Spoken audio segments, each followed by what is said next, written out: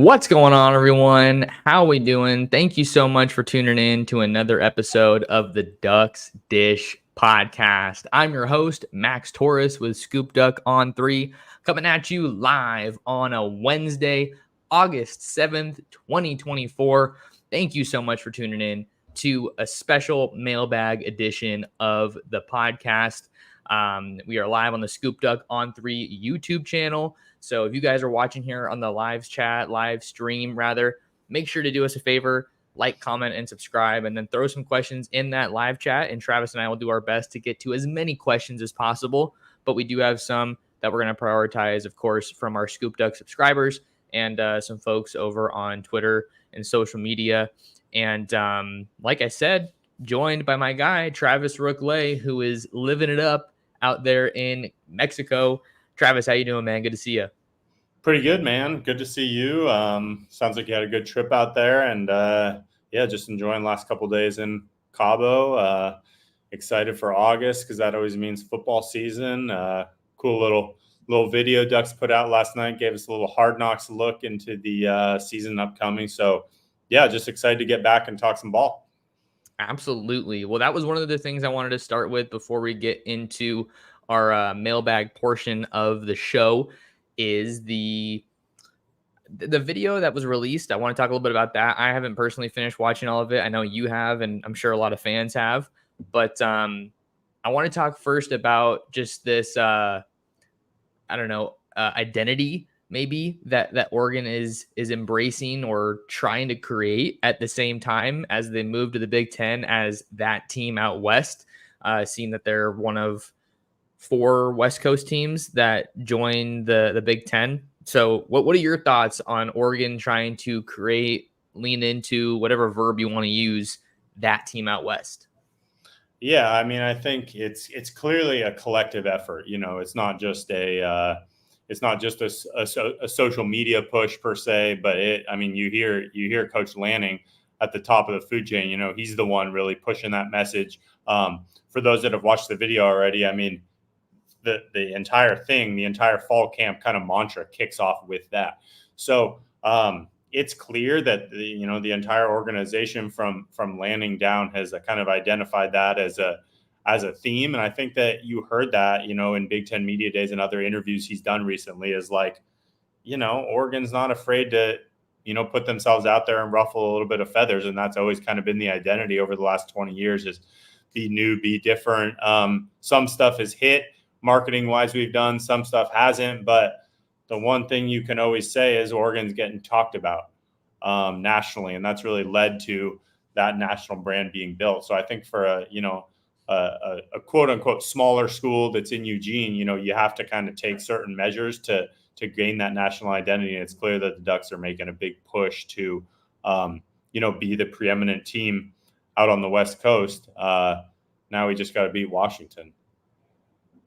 Yeah, I wanted to give a quick shout out to my guy Mikey G in the chat. Let's go. Mikey G tunes in quite a bit, so excited to have him along for another show. Appreciate you, man, my guy.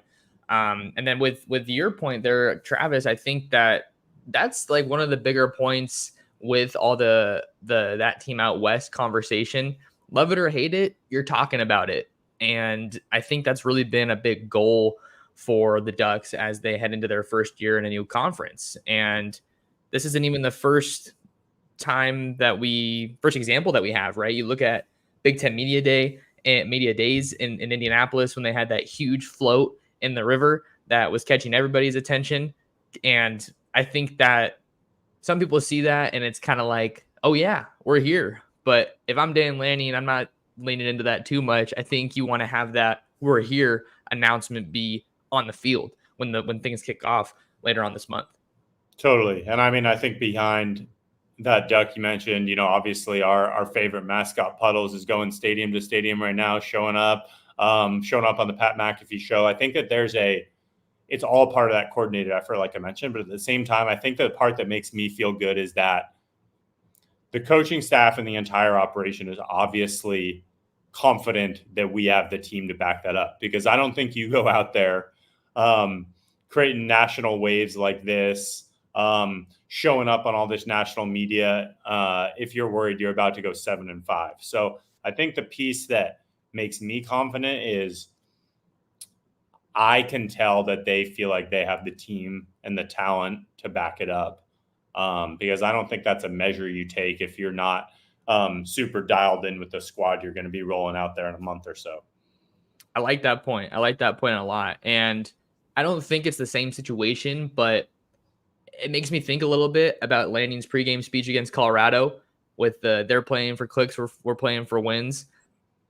I don't think you say that unless you're confident that you can walk the walk. Because if there's one thing we saw from Colorado last year, they talk a whole lot of talk, but they clearly did not walk the walk. Shout out to that 4-8 record. I don't know. I don't want to talk about Colorado too much. They get me fired up for sure. And we'll have to see how they ultimately fare on the field this year. But let's switch gears here a little bit, Travis, and dive into the mailbag a little bit. Just so the viewers know, neither of us have our ideal setups. I'm going to have my monitor later this week. So that will be a regular element that will return to our operations as I continue moving into my apartment that I have not been at for the last month. So bear with me, but we'll be tabbing back and forth with the questions, and then we'll try to get some of these live questions knocked out as well. Anything that you wanted to start with, Travis, to get us going here? Yeah, for sure. Let's start from Twitter. We just got a question, which seems to be a common topic these days. I think there was a couple of questions in the Scoop Duck thread as well about tight end recruiting. I know a lot of people kind of asking about Coach Maringer's status and him needing to kind of pick up the slack with some, obviously, the decommit we had and just losing out on some top targets. So what do you hear about tight end recruiting and kind of where we're at moving forward in 25?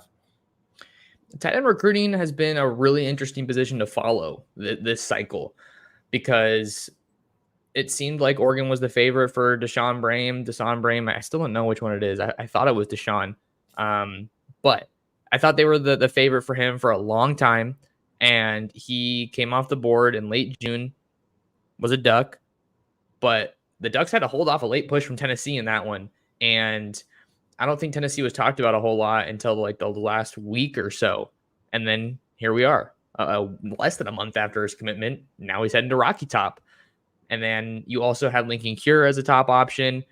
Never really felt like they were going to land him, but you were solid about that being 1-2 between Kansas State and Oregon.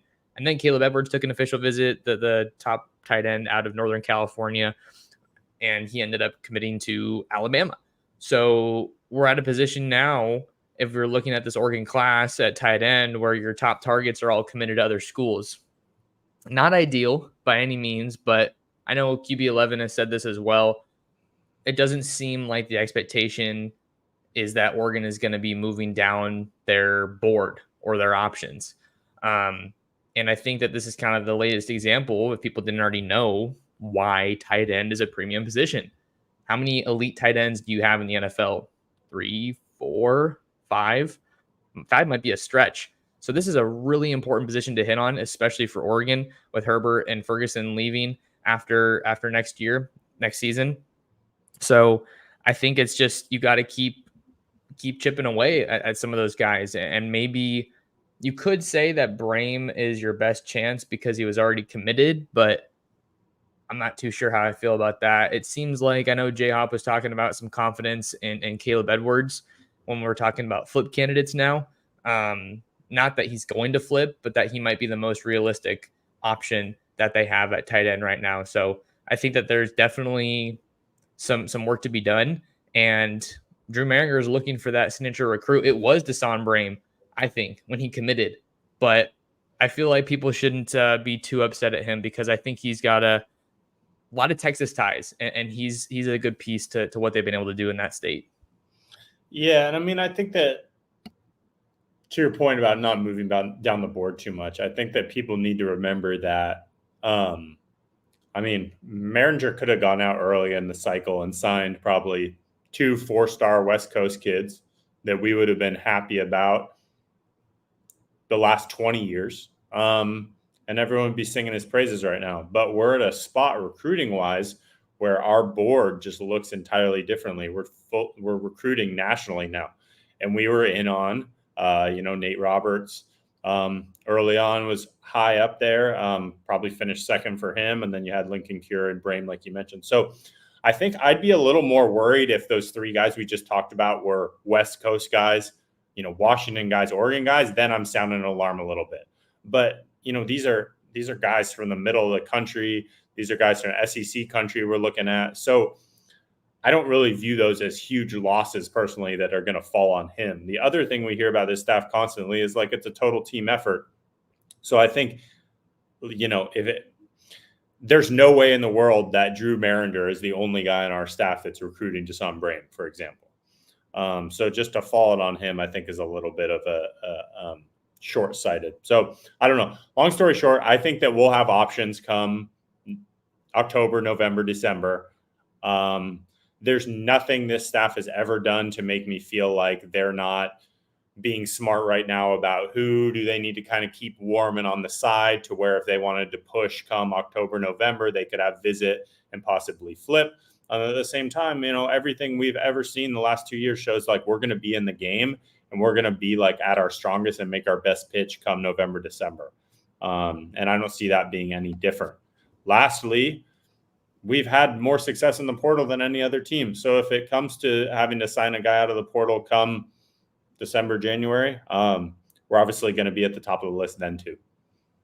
And ideally, I don't think fans or coaches want to have to go to the portal, but it is a fallback of sorts, right? I was listening to Josh Pate on Late Kick this morning at the gym, and he talked about Benjamin Urosic at Georgia, the former Stanford product. I completely forgot about that.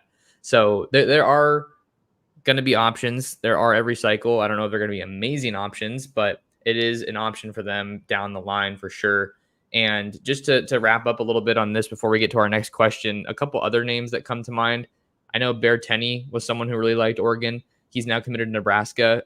I think that I'm fairly confident that Oregon chose to hold off there when he was in his decision-making process. And then another guy, Teandre Waverly, out of the state of Washington. I feel like he might be trending towards Cal if I had to make a guess right now. But he's been to Oregon a million times, and he really likes Oregon. So he's a really athletic guy, awesome track runner as well for a tight end. So, he's got that athleticism that Oregon really covets. I think any team wants that in their tight ends.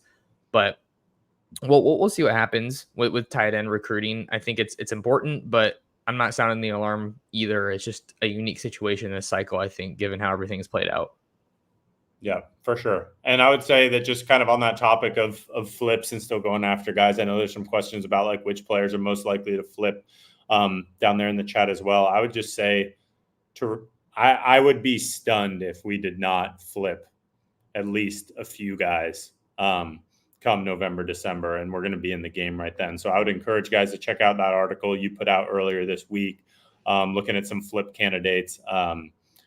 We're going to be in the game with a lot of these guys if we have the season we think we're going to have. Yeah, well, was that one of the questions that we wanted to get to, Travis, or was there a different one that we wanted to? Yeah, I don't know if there was like a specific guy or any kind of new intel you gathered or anything, but there were a couple questions. I know specifically I'm looking at one right now, just which players are most likely to flip this class. I know personally that's always just a little bit of a tricky subject to discuss, but I don't know if you want to kind of add anything to the piece you put out. Sure. I'm happy to. I think that if I'm looking at top flip candidates, two names really come to mind the most, and that's Noah McHale, the Texas A&M linebacker commit, and then that's also Trajan Odom, the Ohio State defensive line commit. Because just to start with McHale, let's start with McHale and then kind of go from there. I put my prediction in for McHale earlier in the spring, and I knew that was a pretty big move, but I felt really good about the sources that I was talking to and just the work that Oregon had put in there. And it seemed like as it got closer to the final hour, A&M got the last official visit, and then you saw some other predictions coming in favor of the Aggies, and I was like, oh man, but I didn't want to just flip it without having intel on it. So it kind of feels like Noah McHale was the one that got away, especially when you look at what Oregon's been able to do in Southern California on the defensive side of the ball the past couple of years. Roderick Pleasant, Dakota Fields, Dylan Williams, Kamar Matudi, just some guys in the last couple of years that they've been able to get from that footprint. So you can bet that they're not just gonna ease up and let that one get away from them. They're gonna be battling until the very end, I think, until the ink dries on that letter of intent with McHale. And then to add a little bit on Odom, this was surprising to me because it felt like Oregon's two top options along the D line were Trajan Odom and Josiah Sharma. I think I was a question about this, but I really didn't think that Sharma was going to end up at Oregon. So when he flipped to Texas, that wasn't a massive surprise just because I knew that Texas was the team that was battling the hardest with Oregon, kind of down to that 11th hour when he announced his college commitment. So with Odom, he's originally from the West Coast. I feel like Oregon probably leveraged that a lot during his recruitment, and understandably so. But since Sharma's already flipped once, maybe you think that Odom is a little bit more likely, because I know that they really kind of entered that recruitment in a big way. I think it was Lanning, Tuioti, Hampton, all went out to go see him in North Carolina when they offered and during that spring eval period. So Oregon pushed like hell for Trajan Odom, and I expect them to stay in the picture. For sure. And I think you saw the candidates I'd keep an eye on closest are, and I think you saw this play out the last 2 years, those players that spoke super highly of Oregon, their relationship, their staff, and at some point probably led for the Ducks, or we felt confident going into their announcement, like those two players you mentioned, and then something changed. And I think it's naturally to figure out what that and then tends to be sometimes. So I think that as we get closer, not to harp on this point continuously, but you'll see us leverage those relationships we've had, leverage the culture, the environment, the success we're going to have on the field. And if it was an NIL issue, if it was an issue not relating to one of those things, then I think you'll see the Ducks come with their best offer, come a little closer to signing day itself. So I don't know. I think Noah McHale's a great pick. I think you haven't seen Dan Lanning lose a lot of priority recruits from the West Coast over the last few years. You mentioned some of them there. And there's no doubt that he, I can almost guarantee, is still building that relationship with Noah every day for sure. Those West Coast guys are always going to be the priorities. And I'll throw Pickett out there. Maybe not like in a realistic way necessarily, or a likely way, but clearly it wasn't just me. It wasn't just Justin that were pumping up that Oregon buzz, because Steve Wiltfong had his prediction in. And then that was one where everyone was focused on Oregon and Miami. And then LSU was kind of just lurking in the background. Yep. The calculus has just changed so much now, and it's just such a different game. And you get some of these. I mean, I think you referenced it earlier. There was a question about like commits that shock you. You just see things the last 24, 48 hours. You got agents involved now, just the negotiations that happen, the conversations that happen, family dynamics play into it. Certain agents are totally legit. Certain agents are total sleazeballs. It's just it's a completely different world when it comes to that like nitty gritty time when a commitment's on the line. Before we get to our next question, Travis, want to take a minute to give a quick shout out to one of our sponsors here on the Ducks Dish podcast. Shout out to my guy Ruben at Ranchito Grill in Springfield. Not sure what your plans are for dinner tonight, but head on over to Ranchito at 1537 Mohawk Boulevard. Give their homemade tortillas a try. They got great food, a great environment, and they will take care of you. Let Ruben know that Max Torres sent you. Next question, Travis, that I wanted to get into here, coming from the Scoop Duck message board, comes from Mini Fridge. Has there ever been a time in your guys' time covering Oregon that a commitment legit shocked you? That's a fun one. I think just to start in the 2025 class, and maybe this was a unique situation because, again, I was off the grid. I'm doing a lot of camping this summer. Dorian Brew, that one really shocked me. He was a pretty soft-spoken guy when I met him in Nashville, and Oregon did get an official visit, but it felt like he was trending towards Ohio State, because he's an Ohio State legacy, originally from Ohio, but chose to move to Texas. midway through last season, so that's a unique story. But I remember I got a little bit of connection when I was on a hike or had some elevation during the trip, and I looked at Oregon's 2025 class just to kind of check on things, and Brew was listed, and I was like, wait a second, that actually happened? And then I checked social media, and I saw the post from Hayes, and everyone was freaking out. So I think that's the first one that comes to mind for me. And what a huge pickup for Chris Hampton, Rashad Badude, and the Ducks.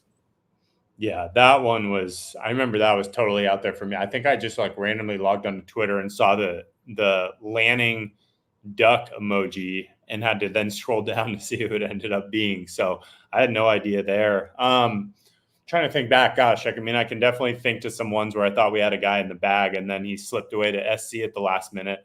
That used to happen back in the day, seemingly way too much. But I mean, I'm just thinking about that. I think it was the 23 signing day when unfortunately ended up flipping later, but Peyton Bowen committed, and then Mateo like an hour after. And there was definitely some scuttle about each of those, and we knew they were going to actually commit somewhere that morning. But I think just the ecstasy of the double quack right there within about probably an hour of each other, and then like 4 more commits that day. You knew after those two that was going to be something lined up and pretty special that day. Definitely. That was a crazy time for me too. I remember I was in Prague during the 2023 early signing day. I don't think we had really known each other or really chatting that much at that point. Maybe we were. But it was Bowen and Mateo. And I'd kind of throw Mateo in that conversation as well. Because that was a huge addition for them. Travis, I'm gonna put you a little bit on the spot here. I heard a little crash off screen, so I'm just gonna make sure everything's all right. Yeah. So just give me 1 second. You can carry us. Sorry about that. I got you. Let's pop to the next question here. Which game outside of Michigan, Ohio State do you think the Ducks will have the smallest margin of victory or will lose, and a score prediction on that specific game? Thanks. To me, that's clearly Wisconsin. I think that Luke Fickell's a heck of a coach, and you think about week 2 or year 2 for him. Late November, Madison, Ducks coming off like a pretty big stretch of football. So for me, if I'm just thinking about kind of like a trap game outside of Michigan, Ohio State, I'm definitely looking at that late November game against Wisconsin. You just think about the continuity that program will have probably improving in year 2 there. Then you think about just the different conditions you might have in that stadium. Obviously a big time environment. And I think coming off of going to the Big House 2 weeks prior, that's one that is definitely a little bit of a scary game for me. Yeah, I think everything is okay. My girlfriend just slammed the door. But I was like, whoa, she's clumsy. And you can never be too careful. Good but man. everything's good. Talk about trap games. It sounds like I think Wisconsin's definitely the trending one this year. I think, I don't know. I think I definitely agree that is the big one. Another one that kind of comes to mind for me on this schedule is Purdue. Not because I think Purdue is going to be an amazing team, but maybe because they haven't made a whole lot of noise. Like that's a game that I bet they have circled. And I kind of think of this in the light because I have 2 friends that went to Purdue, and one of them was there at the game my freshman year when they knocked off Ohio State at home, which was pretty insane. And I don't know. I'm not saying that in terms of I think Oregon's going to lose that game, but I could see that one maybe being a little bit more difficult than they expect early on. Maybe that's just my friend and me giving Purdue a little bit of credit. But one other thing that kind of just comes to mind for me, Travis, with this, I was thinking about this the other day. Maybe we can just kind of insert this one real quick. I know we have like 5-ish more minutes with you, right? Yep. What do you think about the way that the buys kind of shake out? Yeah, I mean, definitely not ideally. I mean, if I were to set it up, it would not be the way that they line up now. So we obviously go three non-conference and then a bye before conference play. I'd love to see that first bye come a little bit farther into the season. And then we obviously have that last bye the week before UW. I don't hate that last one, given that it's a 12-team playoff now. So a lot of people think of that. It's like, oh, second to last game of the season. I don't love my bye there. Well, in reality, hopefully that's about our sixth to last game of the season, because we'd go bye week, Washington, Big Ten championship game, quarterfinal. You're really into the ground. So the last one I definitely don't mind. I think that'd be a good reset time to get healthy before hopefully putting a beating on the Huskies and moving forward that way. But yeah, I just wish that first one came a little bit farther into the season there. But long story short, I can't complain too much. It's nice to get two of them. Yeah, I think that the way that you look at that later bye ahead of what the Ducks are hoping could be a deep playoff run, I think that's where you look at the positive.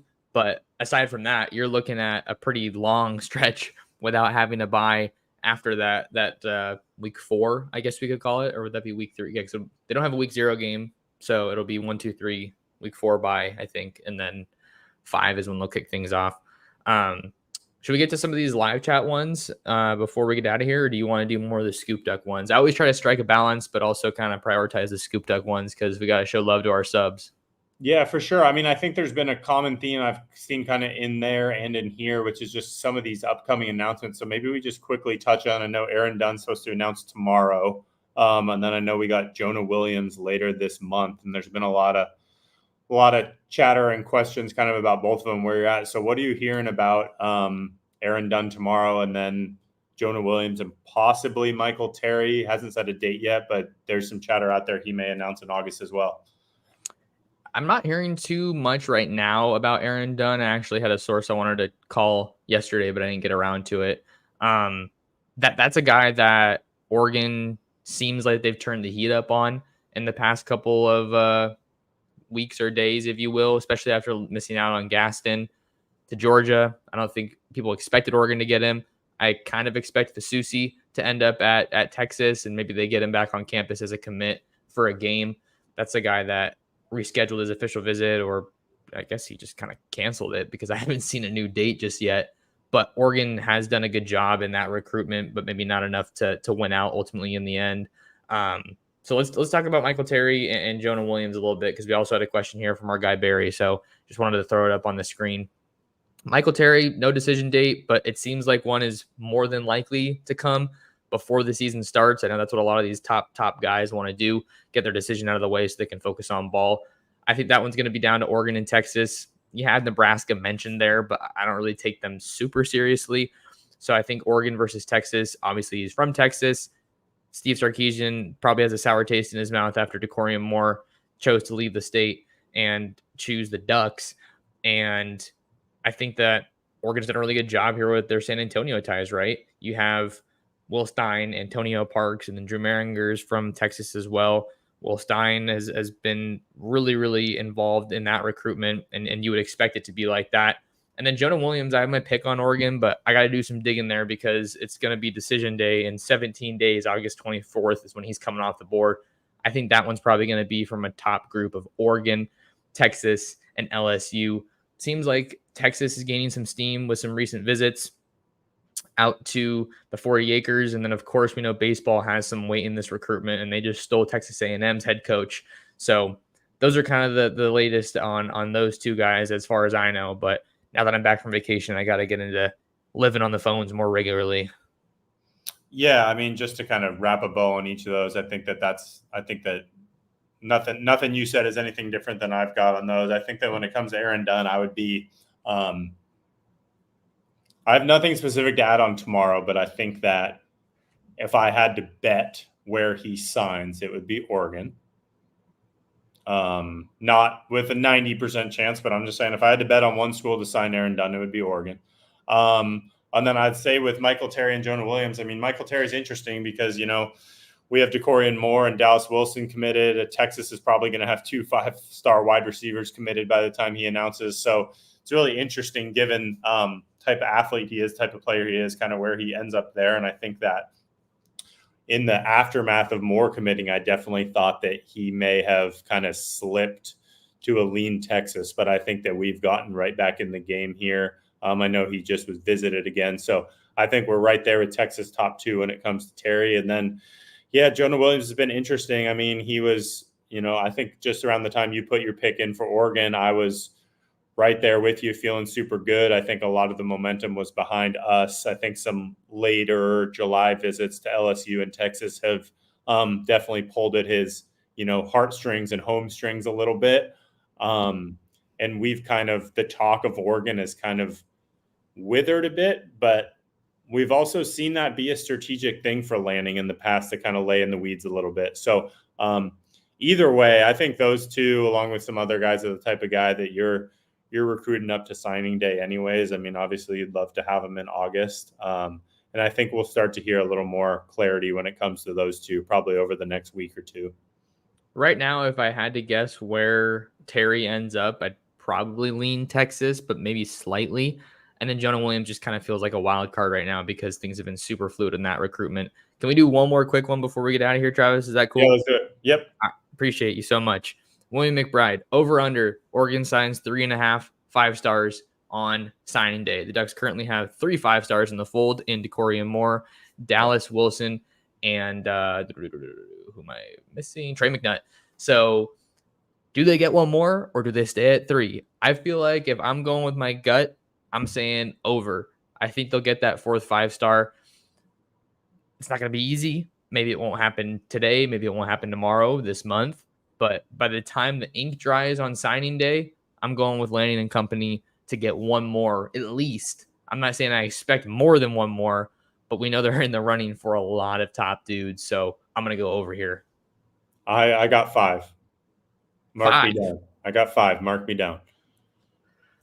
All right, who are you thinking? I mean, I gotta press you a bit more on what we're thinking there. Oh, we just discussed a couple. I know you mentioned DJ Pickett earlier. Man, when it comes to Lincoln Cure, we'll see what happens with their head coach. Chris Kleiman's a heck of a coach, and if they have another good year, does he end up in the Big Ten? Does he end up somewhere else? So I think there's a few things working in our factor when it comes to him. I am not saying it's over, 50% chance. I'm just saying I think there's enough guys that we have a real chance at flipping where I'm confident saying 5. And I think also good point here from Big Duck. He says it'll be at least 4 because Dorian Brew will be a 5-star come signing day. We'll see if these guys that are already committed can improve their rating and rankings between now and National Signing Day. But Travis, we're a little bit over, so we got to hop on out of here. Just any final remarks from you before we sign off? No, man, I think it's going to be a super fun August. I think there's obviously some recruiting news to come and more of these fall camp videos. That entire Oregon operation is going to keep hyping themselves out there, putting themselves out there, joining radio shows, TV hits, showing up on SportsCenter. So it's going to be a fun build up to the season. No doubt about it. I'm super stoked on the season. Going to be doing a lot of fall camp coverage as well as recruiting coverage. Going to be getting back out to the high school scene now that padded practices have started across the country. But really appreciate you guys tuning in and taking some time out of your day to talk some Duck football with us. Make sure you subscribe to the YouTube channel. Really appreciate the support. You can find more of Travis on Twitter/X at Travis Rookley. You can find me on all social media platforms at mtorresports. Make sure to come see us at scoopduck.com. No better time to subscribe to us with fall camp in full swing. And Dan Lanning and the Ducks looking for a special year. Share the show with your friends, with your family, and with other Duck fans. Thanks to Travis for coming on, and we'll see you guys in the next episode of the Ducks Dish Podcast.